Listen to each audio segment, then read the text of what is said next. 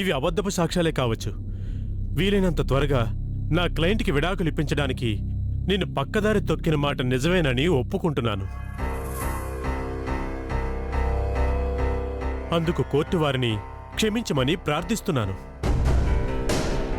కానీ నా క్లయింట్కి మాత్రం విడాకులు కావాలి.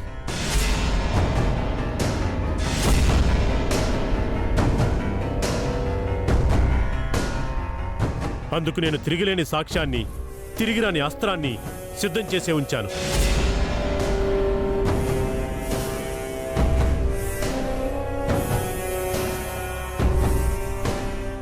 వచ్చే వాయిదాలో ఆ సాక్ష్యాన్ని మీకు ప్రొడ్యూస్ చేస్తాను.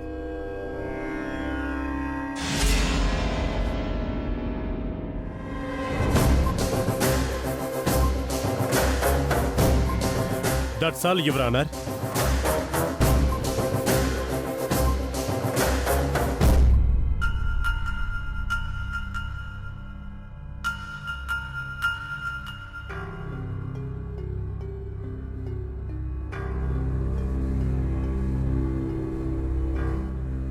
ఈ కేసుని వచ్చే నెల అంటే నవంబర్ 12వ తేదీకి వాయిదా వేయడమైనది.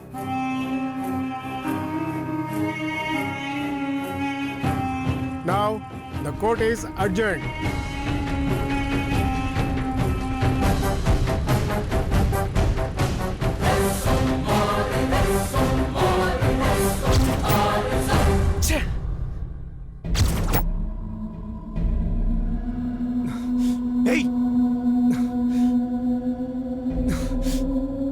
ఏంటయ్యా ఇందాకేదో తిరుగులేని సాక్ష్యం, తిరిగిరాని ఆయుధం అంటూ ఏదేదో చెప్తున్నావు.